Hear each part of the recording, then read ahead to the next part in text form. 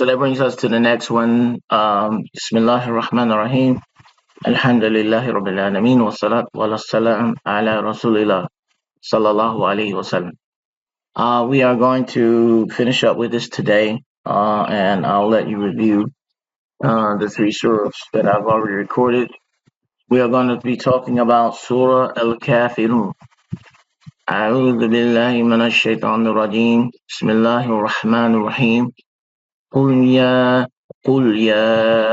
أيها الكافرون لا أعبد ما تعبدون ولا أنتم عابدون ما أعبد ولا أنا عابد ما عبدتم ولا أنتم عابدون ما أعبد لكم دينكم ولي دين. In the name of Allah, the most beneficent, the most merciful, say, O you who disbelieve, I worship not that which you worship, nor will you worship that which I worship, and I shall not worship that which you are worshiping, nor will you worship that which I worship. To you be your religion, and to me be my religion. In some other translations, it says, to you be your way, and to me be mine. Its name, Al Kafirun, it is called Surah Al Kafirun because Allah the Almighty ordered His Prophet Muhammad sallallahu alaihi wasallam to address the disbelievers, telling them that He will not worship the idols and statues that they worship. Say, O you who disbelieve, I do not worship what you worship. It is also called Surah Al-Ikhlas, Surah Al-Munabatah, the rejection, and Al-Bara'ah, the innocence from shirk. Alright, so the subject matter of this surah, it is a surah about Tawheed and declaring one's innocence from shirk and misguidance. If you don't know what shirk is, the shirk is to associate partners with Allah in His to associate a partner with Allah by saying He has a son, by worshiping something other than Allah along with Allah. Alright, so this is shirk. And it also includes, that's the major shirk and minor shirk, which we will discuss those in detail in later chapters. Misguidance is dalal, is a misguidance and error which leads to the fire if a person continues upon misguidance. وَكُلُّ دَلَالَةٍ فِي النَّارِ, and every misguidance in the fire. So it will, and misguidance and shirk, these are things that will lead you to the fire. The idolaters of Mecca invited Allah's messenger to a truce, sallallahu alaihi wasallam, requesting him to worship their gods for 1 year, and in return for them worshiping his God for 1 year.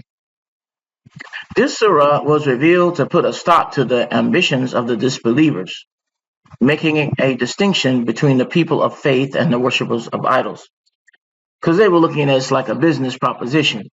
They were concerned about the wealth. The shirk that was involved in Mecca was a profitable thing. The idols were profitable because all the tribes would make pilgrimage to Mecca. And so they came to the Prophet ﷺ with a business proposition. And so this distinction between the people of faith and the people of worship. We're not going to be bought. And it rejects the base offer that was presented by the disbelievers for the present and the future. Its relation, what is the relation to this surah and Surah Al Kawthar before it? In the previous surah, Surah Al Kawthar, Allah subhanahu wa ta'ala ordered us to sincerely worship Him alone, without associating any partners with Him. And in this surah, Surah Al Kafirun, is about Surah Al Tawheed, and innocence from shirk. And Allah makes it clear that our worship is different, independent, and autonomous from the worship of the disbelievers. So what this means, we don't depend on only Allah, and it's different. So we are different from the disbelievers, independent. We have no dependence on anything except Allah. So for the Prophet ﷺ and his followers, worship Allah Almighty alone, They worship neither the statues nor the idols of the disbelievers. And this point is emphasized through repetition. And it ends by clearly stating that the Prophet ﷺ has his religion while they have theirs. So you'll find, like, why did they repeat it so much? It's so emphasized so much that it repeated it in the surah when it says, I will not worship that which you worship, nor will you worship that which I worship. Repeated it to emphasize the rejection. What are the virtues of the surah? It is established that Allah's Messenger sallallahu alaihi wasallam read this surah along with Qul Huwallahu Ahad, Surah Al-Ikhlas, Surah 112 on the following occasions. So Surah Al Kafirun is often read in the prayer. The witr prayer is also read in Tawaf after you after you make Tawaf around the Kaaba, in the Maqam Ibrahim, in the station of Ibrahim, in the 2 units of the Fajr prayer, in the 2 units that follow the Maghrib prayer. The Prophet ﷺ used to recite these 2 surahs. In what context was the surah revealed? The sabab. What was the reason? The sabab and nuzul. What was the condition and circumstance of this ayah this surah being revealed?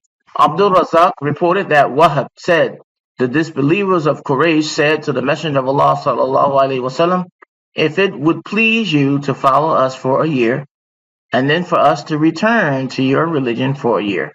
And so Allah the Almighty revealed the surah. قُلْ يَا أَيُّهَا الْكَافِرُونَ.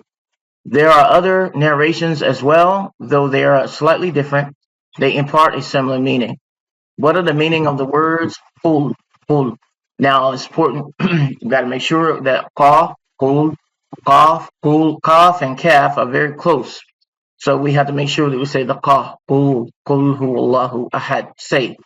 This is an fi'l amal, a command verb, and it's telling the Prophet ﷺ to tell them, Ya ayyuha al-kafirun, O leaders of the shirk in Mecca.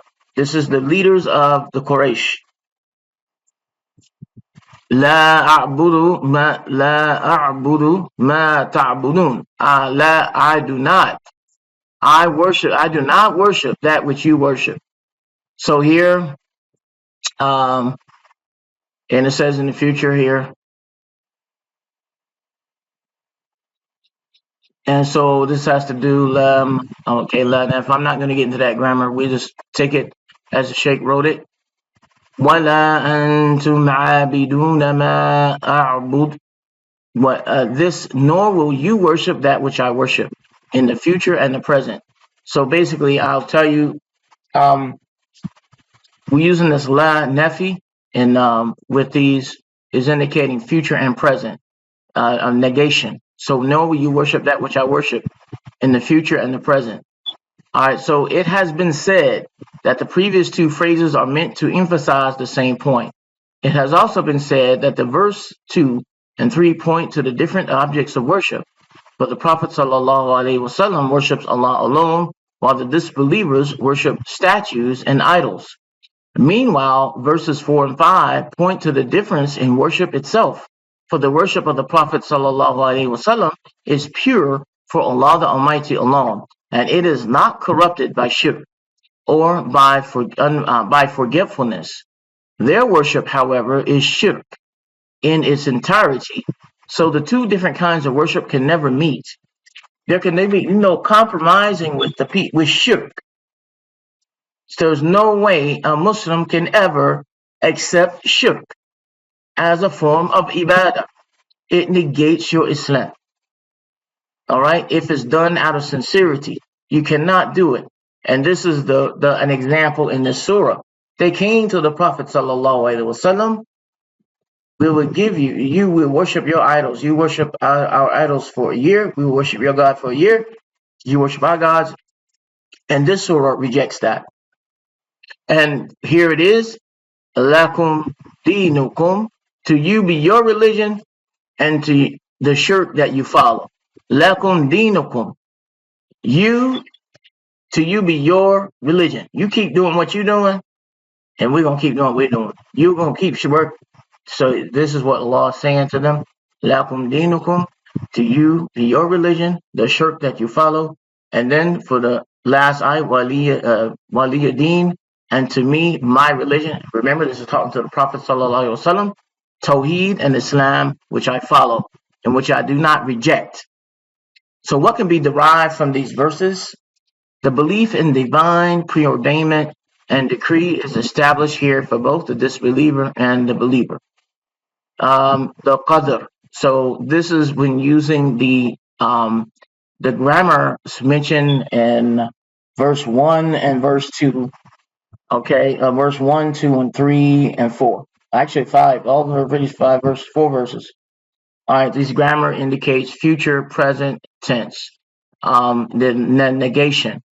All right, so that's what this is referring to. Allah the Almighty protected the Prophet sallallahu alaihi wasallam from accepting the evil proposal of the disbelievers. It might be tempting, you know what people say, hey, we're going to have peace. You're going to have peace. Oh, you're going to have peace? But how can you have peace while committing? I mean, it doesn't make sense. So the Prophet ﷺ was protected from accepting this proposal because in the mind, it could seem logical, but Allah shut it down with the surah. Allah cut it off. Do not accept this.